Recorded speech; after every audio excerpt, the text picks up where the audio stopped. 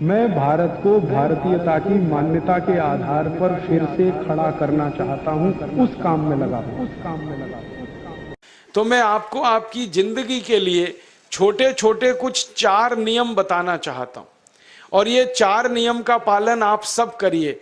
मैं आपको विनम्रतापूर्वक लेकिन विश्वास से कहता हूं कि ये 4 नियम का जो भी पालन करेगा, जिंदगी में बीमारी और रोग उसको कभी आएंगे नहीं।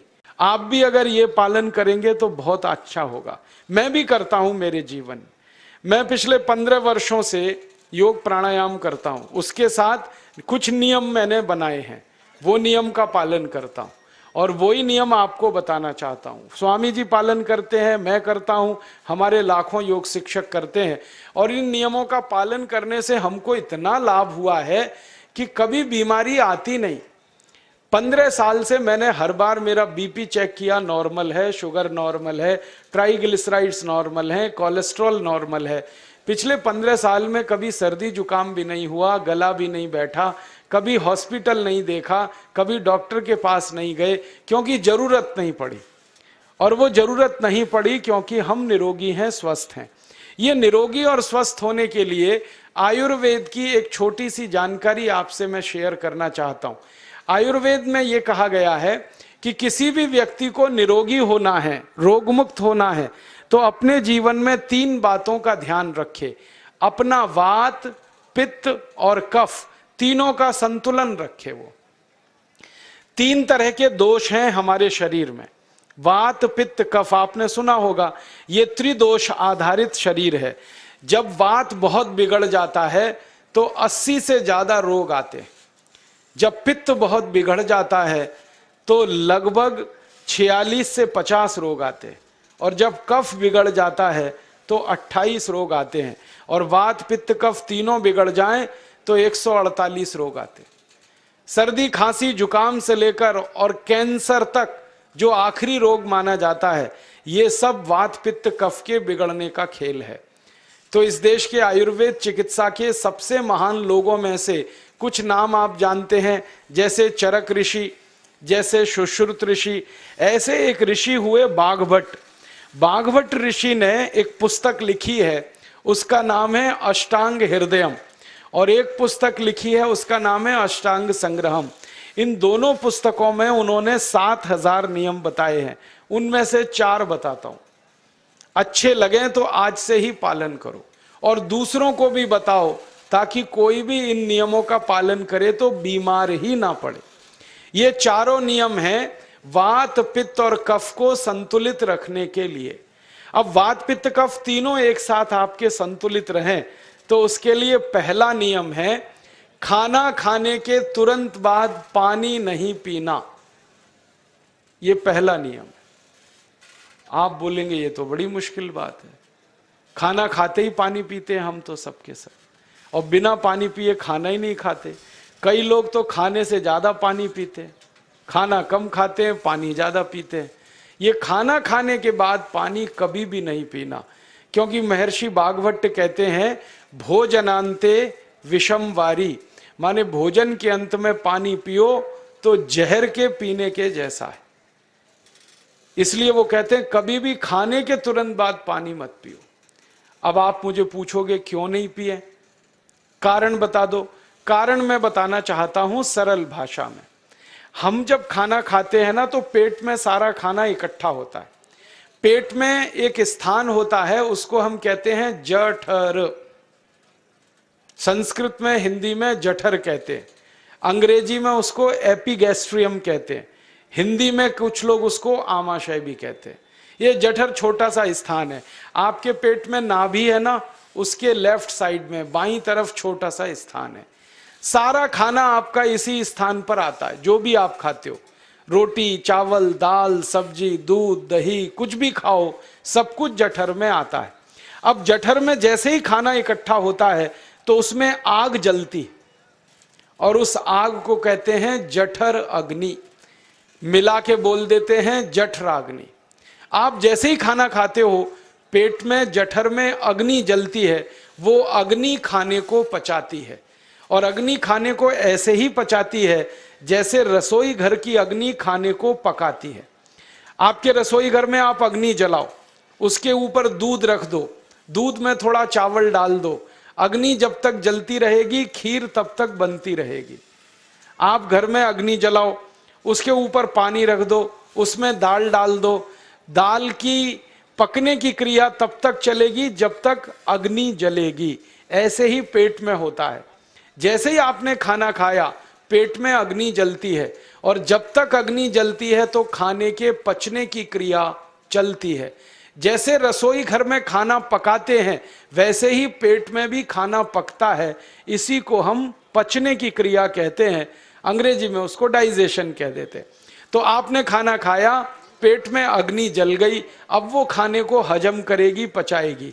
अब मुझे एक प्रश्न का उत्तर दो आप, कि जैसे ही आपने खाना खाया पेट में अग्नि जल गई और वो खाने को पचा रही है, तुरंत आपने गट गट गट गट पानी पी लिया, और खूब ठंडा पानी पी लिया, बर्फ मिलाया हुआ पानी पी लिया, फ्रिज का पानी पी लिया। क्या होने वाला है? अग्नि जलेगी कि बुझेगी? अग्नि के ऊपर पानी डालो तो अग्नि और पानी की दोस्ती नहीं है, दुश्मनी है। पानी अग्नि को बुझा देता है। तो आपने खाना खाया, अग्नि जली, पीछे से गटगट पानी पी लिया, अब अग्नि शांत हो गई, अब खाना पचेगा नहीं, तो वो पेट में पड़ा पड़ा सड़ेगा, और सड़ा हुआ खाना 100 से ज्यादा विष पैदा करेगा, और वो 100 विष आपकी जिंदगी को नरक बना देंगे, और जिंदगी भर आप बीमार पड़े रहेंगे। आपको मालूम है, कई लोग कहते हैं मुझे पेट में बहुत गैस बनती है। ये गैस उन्हीं को बनती है जिनका खाना हजम नहीं होता। कोई लोग कहते हैं कि मुझे पेट में जलन होती है, ये जलन उन्हीं को होती है जिनका खाना पचता नहीं। कोई कहते हैं कि मेरे पेट में एकदम गुम हो जाता है, फूल जाता है, ये सब वो लक्षण हैं जब खाना पचता नहीं। तो खाना पचेगा नहीं तो सड़ेगा, सड़ेगा तो विष पैदा करेगा, और वो विष आपको बीमार करेंगे। इसलिए महर्षि बागभट्ट ने कहा, खाना खाते ही पानी मत पियो। समझ में आया? फिर आप बोलोगे कितनी देर तक नहीं पिए?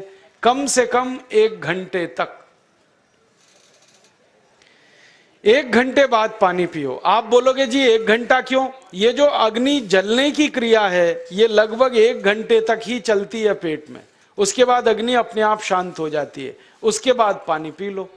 तो खाना अगर 10 बजे खाया तो 11 बजे पानी पियो, 11 बजे खाया तो 12 बजे पियो, 12 बजे खाया तो 1 बजे पियो, 1 घंटे बाद पानी पियो।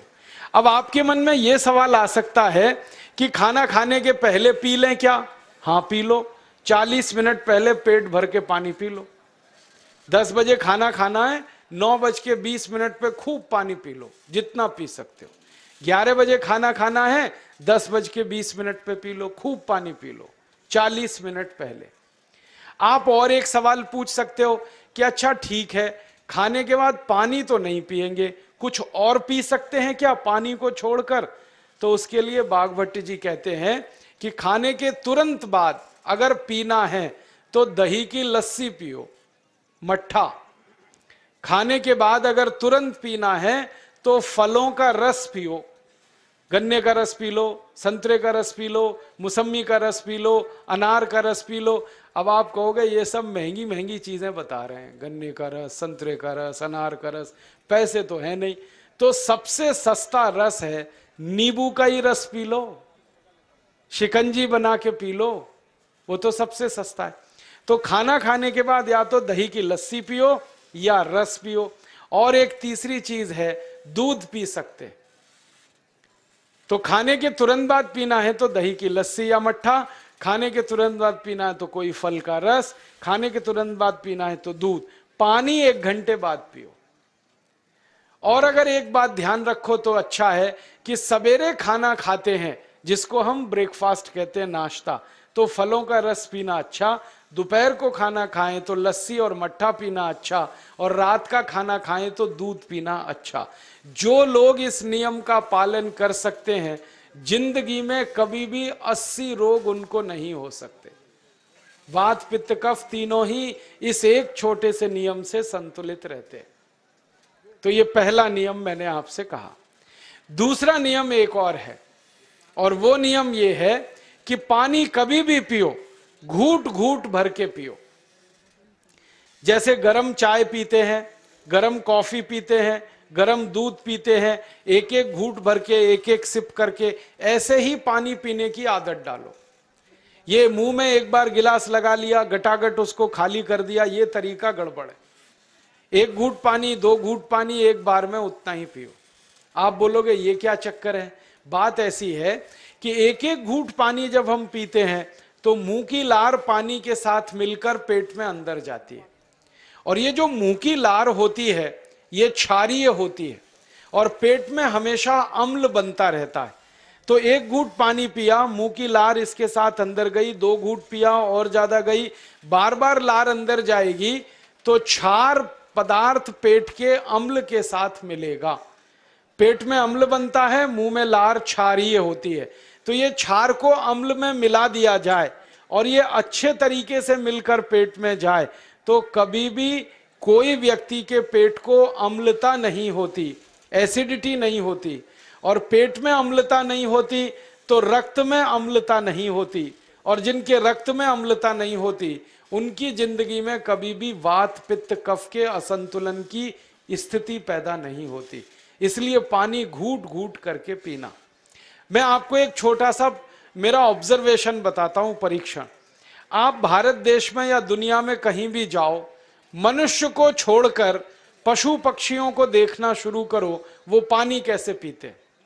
किसी चिड़िया को पानी पीते हुए देखो, किसी पक्षी को पानी पीते हुए देखो, वो चोंच के एक बूंद ही के बराबर ही पानी उठाता है। एक बार में एक बूंद पानी लेगा, फिर थोड़ी देर चोंच चलाएगा, फिर पिएगा, फिर दूसरी बूंद लेगा, फिर चोंच चलाएगा, फिर पिएगा, फिर तीसरी बूंद। एक एक बूंद पक्षी पानी पीता है। कुत्ते को पानी पीते हुए देखो, चाट चाट के पानी पीता है। शेर को पानी पीते हुए देखो, चाट चाट के पानी पीता है।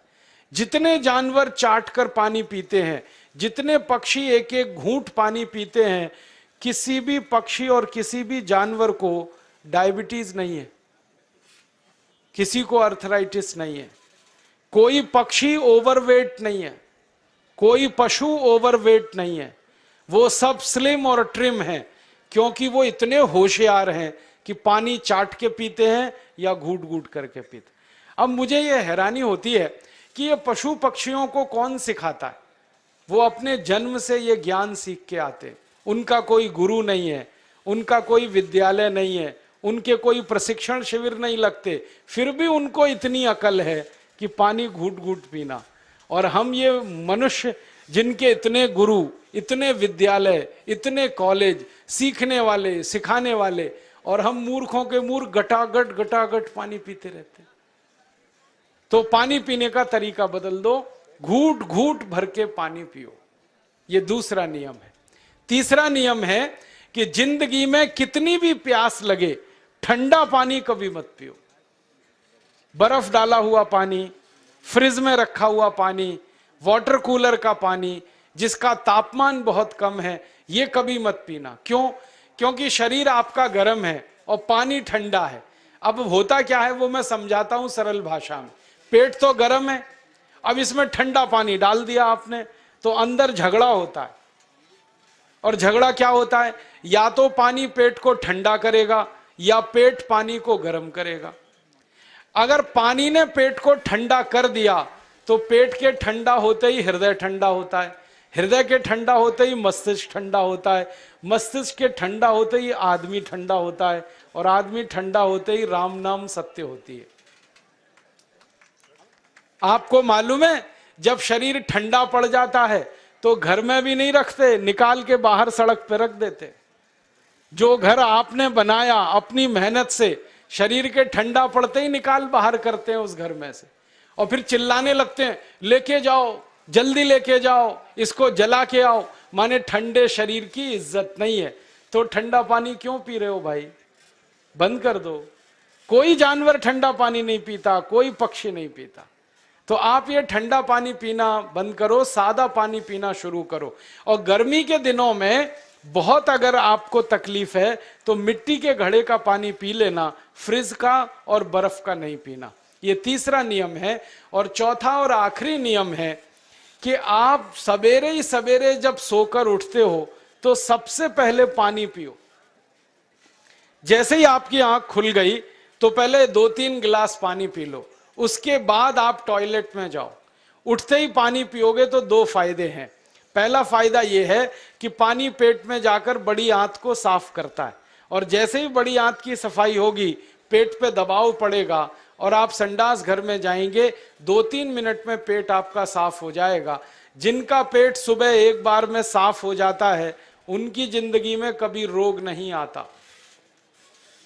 इसलिए सुबह सुबह उठते ही पेट साफ होना जरूरी है। और उठते ही पानी पियोगे तो मुंह की जो लार है वो पानी के साथ मिलकर अंदर जाएगी। सुबह पेट में एसिड की मात्रा ज्यादा होती है, इसलिए लार का पेट में जाना बहुत जरूरी है। इसलिए सुबह उठते ही पानी पीना बहुत जरूरी है। ये 4 नियम हैं आयुर्वेद के। पहला नियम, खाना खाने के 1 घंटे बाद पानी पीना। दूसरा नियम, पानी को हमेशा घूट घूट भर के पीना। तीसरा नियम, कभी भी जिंदगी में ठंडा पानी नहीं पीना। और चौथा और आखिरी नियम, सवेरे उठते ही सबसे पहले पानी पीना। 4 नियमों का पालन जो भी अपने जीवन में कर सकता है वो वात पित्त कफ तीनों को संतुलित रख सकता है। और जिसका वात पित्त कफ संतुलित है उसके जीवन में बीमारी नहीं आती है, और जो बीमार नहीं पड़ते हैं वो स्वस्थ और तंदुरुस्त और सुखी रहते हैं। उनकी जिंदगी का खर्चा कम होता है और देश का भी बहुत सारा पैसा बचता है। आपको शायद मालूम है या नहीं, 1 साल में हम जब बीमार पड़ जाते हैं भारतवासी, तो साल का करीब 6 लाख करोड़ रुपया हमारा खर्च हो जाता है उन बीमारियों का इलाज करने में। दोस्तों, सबसे पहले तो चैनल सब्सक्राइब करें, फिर लाइक, कमेंट और शेयर करें। और हाँ, हमारा एंड्रॉयड ऐप डाउनलोड करना ना भूलें।